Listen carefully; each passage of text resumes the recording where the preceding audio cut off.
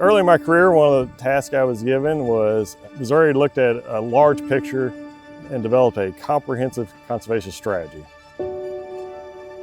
Peno Creek in this area was designated from historical surveys as a place that had good water quality, good fish habitat, and good species richness of fish species. So we did a full basin survey, just really trying to get a feel for what was going on the ground, what we saw as potential challenges, and then also look for opportunities.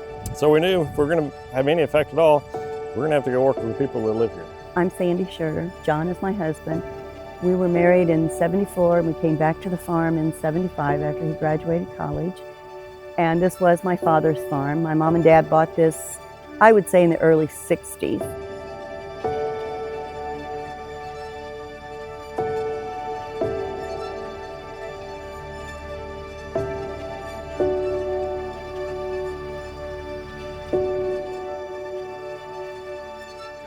My dad basically liked land for grazing cattle because he farmed some, but he was basically a cattleman. A few years ago, we put up the rotational grazing. That has changed a lot.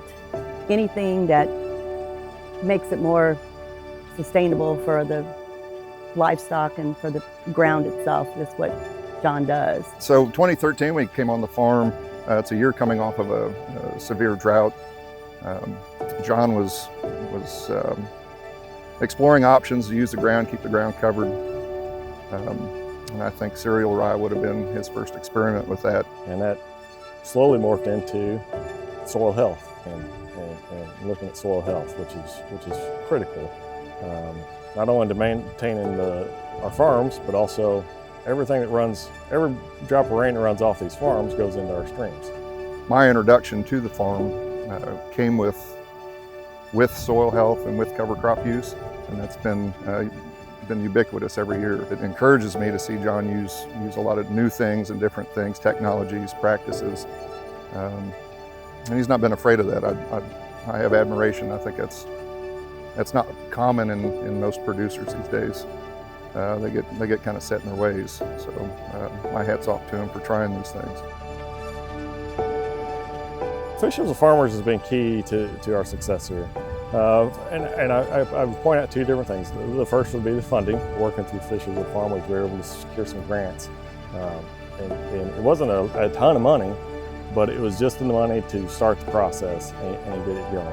The other thing that Fishing with Farmers provided was the Watershed Leaders Network, which was a group of similar-minded people that would get together once or twice a year that were doing the same type of stuff, that were trying to start these and get these farmer-led groups going to improve watersheds. Our grandkids and our children enjoy this farm so much. A couple of them live right here, close to us, but they are always down at the creek and playing in the creek and fishing in the creek, and we like to keep that pure, and clean.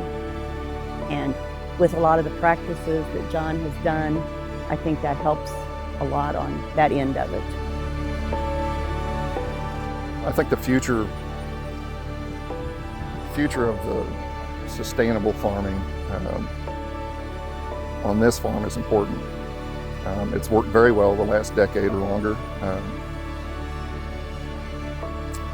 Conventional farming to me doesn't seem like it's going to be sustainable. I think one of the key things that came out of this was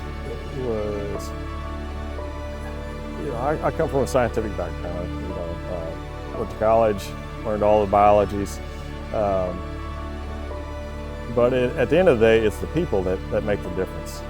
Finding ways, talking to folks, finding areas that you have common interest, and you can work together to reach the goals for natural resources, but also reach the goals of the producers out here. And I want them to know what we put in it and what my parents put into it.